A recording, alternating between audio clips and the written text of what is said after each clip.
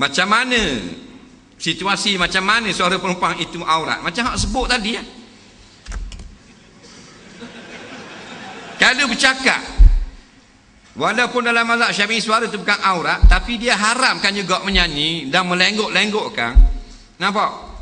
Atas alasan memberi fitnah. Orang lelaki nak tanya, siapa orang lelaki sini? Lelaki tak? Lelaki. Kalau perempuan menyanyi seronok dengar.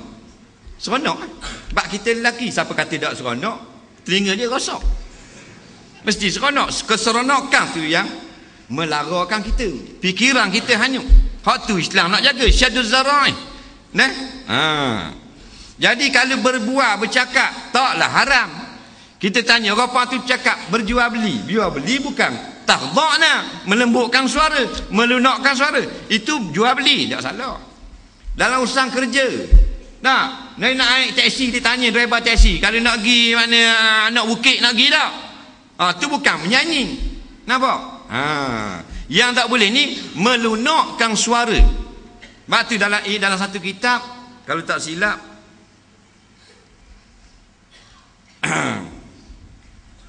Ittihabus Sadah, ini syarah Ihya Ulumuddin. Orang perempuan Imam Ghazali kata, kalau cakap dengan orang lelaki ni ada pandangan ulama, dia suruh letak tangan sini supaya bunyi tak sedap suara. Nak tambui jadi sedap, takut jadi fitnah. Dia ada di rumah, kawan suami dia mari tanya, nak, Assalamualaikum. Waalaikumsalam. Suami ada di rumah tak?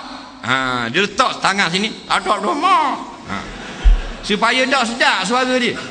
Ada ulama kata letak batu dalam mulut bila cakap dengan orang lelaki, takut jadi fitnah. Bunyi pun tak apa comel dah. Nampak? Macam robot bunyi. Ni kita bila cakap lelaki, Allah lamanya tak tengok. Nampak gemuk lah ni. Masalah. Asal hak haram bukan hak tu. Nak perhubungan, tapi Islam ni dijaga sudah. Takkan cakap haram. Laki tak ada masalah, dia nyanyi, dia tak memberi tenang dengan suara dia.